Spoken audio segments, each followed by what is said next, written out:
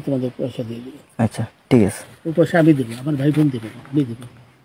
আমরা আমাদের পয়সার কোনো প্রয়োজন নেই, ঠিক আছে। আপনি যদি সেফটি মানে ফালতু লোক 2 টাকা এনো না, ফালতু লোক। আমি এই দেশে এত কষ্ট করে এসেছি কি বাংলাদেশে ফেরত দেওয়ার জন্য? জি না জি না। জানে না। আচ্ছা ঠিক আছে। আপনার বাড়ি কোথায়? বাড়ি মুন্সিগঞ্জ। মুন্সিগঞ্জ। নাম জিজ্ঞেস করেন। আপনার নাম? আমার নাম বিচারপতি শামসুদ্দিন চৌধুরী মানিক। বিচারপতি শামসুদ্দিন মানিক। মানিক কে? হাইকোর্টের যেটা কয়েকদিন আগে একটা উপস্থাপন করছো চ্যানেল আইতে। সেই মানিক কে? চ্যানেল আইতে? হ্যাঁ হ্যাঁ। সেই মানিক নাম হলো বিচারপতি মানিক, বাড়ি মুন্সিগঞ্জ। আপনার পিতার নাম? পিতার নাম মরহুম আব্দুল হাকিম চৌধুরী। আব্দুল হাকিম চৌধুরী। গুড। জি। আপনি ইন্ডিয়া পালাইতেছেন কেন বলেন? ভয়ে পালাইতেছি। কার বয়ে? আর প্রশাসনের ভয়ে। প্রশাসনের বয়ে?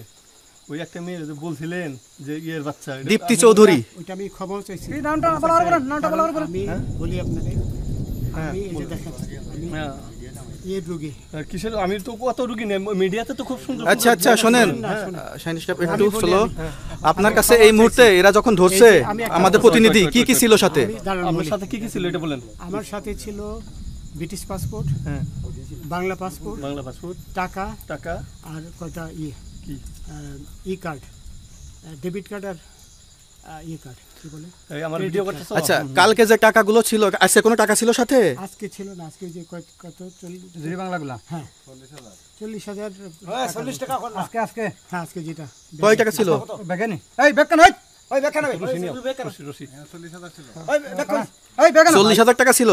কালকে যে দুজন টাকা নিছে ওদের কাছে কত টাকা ছিল? এই দামান নিচে 60-70 মতো 60-70 লাখ। আচ্ছা 60-70 লাখ। আচ্ছা ওরা নিয়ে গেছে।